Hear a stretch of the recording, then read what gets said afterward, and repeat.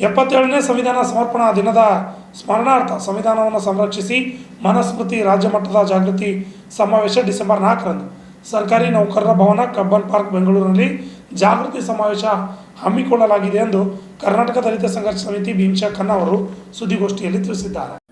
ಕಲಬುರಗಿ ನಗರದ ಪತ್ರಿಕಾ ಭವನದಲ್ಲಿ ಆಯೋಜನೆ ಮಾಡಿದ ಸುದ್ದಿಗೋಷ್ಠಿಯಲ್ಲಿ ಮಾತನಾಡಿದ ಅವರು 77ನೇ ಸಂವಿಧಾನ ಸಮರ್ಪಣಾ ದಿನದ ಸ್ಮರಣಾರ್ಥ ಸಂವಿಧಾನವನ್ನು ಸಂರಕ್ಷಿಸಿ ಮನುಸ್ಮೃತಿ ರಾಜ್ಯಮಟ್ಟದ ಜಾಗೃತಿ ಸಮಾವೇಶ ಡಿಸೆಂಬರ್ 4ರಂದು ಸರ್ಕಾರಿ ನೌಕರರ ಭವನ ಕಬ್ಬನ್ ಪಾರ್ಕ್ ಬೆಂಗಳೂರಿನಲ್ಲಿ ಜಾಗೃತಿ ಸಮಾವೇಶ ಹಮ್ಮಿಕೊಂಡಿದ್ದು, ಈ ಕಾರ್ಯಕ್ರಮದ ಉದ್ಘಾಟನೆ ಸತೀಶ್ ಜಾರಕಿಹೊಳಿ ಲೋಕೋಪಯೋಗಿ ಸಚಿವರು, ಬಂದರು ಮತ್ತು ಒಳನಾಡು ಜಲಸಾರಿಗೆ ಇಲಾಖೆಯವರು ಮಾಡಲಿದ್ದಾರೆ.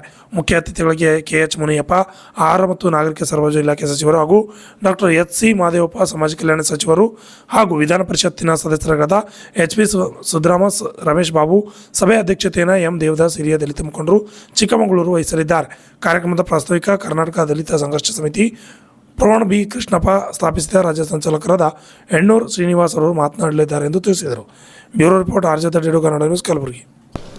ದಿನಾಂಕ 4/12/2025 ಸರ್ಕಾರಿ ನೌಕರರ ಭವನ ಬೆಂಗಳೂರು ನಡೀತಕ್ಕಂಥ 77ನೇ ಸಂವಿಧಾನ ಸಮರ್ಪಣೆ ದಿನದ ಸ್ಮರಣಾರ್ಥ ಸಂವಿಧಾನವನ್ನು ಸಂರಕ್ಷಿಸಿ ಮನುಸ್ಮೃತಿಯನ್ನು ಹಿಮ್ಮೆಟ್ಟಿಸೋಣ ಅಂತ ರಾಜ್ಯ ಮಟ್ಟದ ಜಾಗೃತಿ ಸಮಾವೇಶ ಹಮ್ಮಿಕೊಳ್ಳಲಾಗಿದೆ.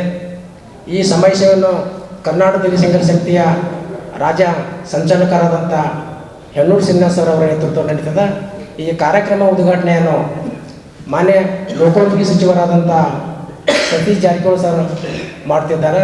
ಮುಖ್ಯ ಅತಿಥಿಗಳಾಗಿ ಸಮಾಜ ಕಲ್ಯಾಣ ಸಚಿವರಾದಂಥ ಡಾಕ್ಟರ್ HC ಮಾದೇವಪ್ಪ ಅವರು ಭಾಗವಹಿಸಲಿದ್ದಾರೆ. ಅದೇ ರೀತಿಯಾಗಿ ಆಹಾರ ಮತ್ತು ನಾಗರಿಕ ಸರಬರಾಜು ಸಚಿವರಾದಂಥ KH ಮುನಿಯಪ್ಪ ಸರ್ ಭಾಗವಹಿಸ್ತಾರೆ. ಮತ್ತು ಅತಿಥಿಗಳಾಗಿ ವಿಧಾನ ಪರಿಷತ್ತಿನ ಸದಸ್ಯರಾದಂಥ SP ಸುಧಾಮದಾಸ್ ಅವರು, ರಮೇಶ್ ಬಾಬು ಅವರು ಭಾಗವಹಿಸಲಿದ್ದಾರೆ. ಮತ್ತು ಈ ಕಾರ್ಯಕ್ರಮದ ಅಧ್ಯಕ್ಷತೆಯನ್ನು M ದೇವದಾಸ್ ದಲಿತ ಹಿರಿಯ ಮುಖಂಡರು ಚಿಕ್ಕಮಗಳೂರು ಅಧ್ಯಕ್ಷತೆ ವಹಿಸಿಕೊಳ್ಳಲಿದ್ದು, ಪ್ರಾಸ್ತಾವಿಕವಾಗಿ ನಮ್ಮ ರಾಜ್ಯ ಸಂಚಾಲಕರಾದಂಥ ಶ್ರೀನಿವಾಸ್ ಎಣ್ಣೂರು ಸರ್ ಅವರು ಮಾತನಾಡಿದ್ದಾರೆ. ಈ ಕಾರ್ಯಕ್ರಮ ಉದ್ದೇಶ ಏನಿವತ್ತ ಸಂವಿಧಾನವನ್ನು ಸಂರಕ್ಷಿಸಿ ಮನುಸ್ಮೃತಿ ಹಿಮ್ಮೆಟ್ಟಿಸೋಣ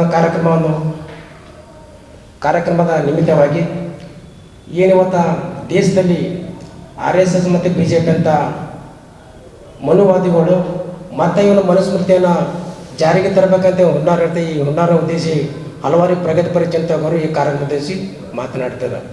ನಾವು ಇವತ್ತು ಗುಲ್ಬರ್ಗದಿಂದ ಈ ಸಮಾವೇಶಕ್ಕೆ 100 ಜನ ಸಂಸ್ಥೆ ಕಾರ್ಯಕರ್ತರನ್ನು ಅಂದಿನ ಕಾರ್ಯಕ್ರಮದಲ್ಲಿ ಭಾಗವಹಿಸುತ್ತೇವೆ.